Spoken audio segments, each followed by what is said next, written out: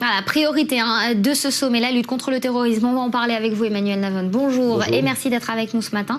À quoi ça sert encore, le G7 ? Le G7 a été conçu en 1975 par le président français Valéry Giscard d'Estaing pour essayer de se mesurer aux conséquences de la crise pétrolière et de gérer ensemble les problèmes économiques du monde.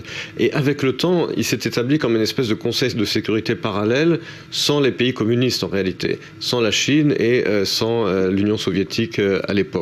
Aujourd'hui, ça paraît un peu effectivement anachronique, surtout depuis que la Russie, qui avait été ajoutée en 97, a été exclue en 2014 à cause de la guerre en Crimée, et d'avoir aujourd'hui un club finalement occidental, mais qui exclut des grandes puissances comme la Russie et la Chine, cela paraît un peu anachronique, mais d'un autre côté, comme on se redirige d'une certaine manière vers une sorte de guerre froide, et ben cette espèce de conseil de sécurité parallèle de pays occidentaux garde d'une certaine manière tout de même sa pertinence. Et puis il y a une réunion parallèle à ce conseil de sécurité parallèle des pays occidentaux, puisque la Russie, toujours absente, vous l'avez dit, et exclue de cette grand-messe, tient aussi son sommet parallèle sur le Moyen-Orient. Sauf que la Russie, elle, n'a pas suffisamment de clients, je dirais, entre guillemets, pour avoir un sommet parallèle. Nous ne sommes plus à l'époque de la guerre froide. À l'époque de la guerre froide, la Russie avait ses propres alliances militaires face à l'OTAN.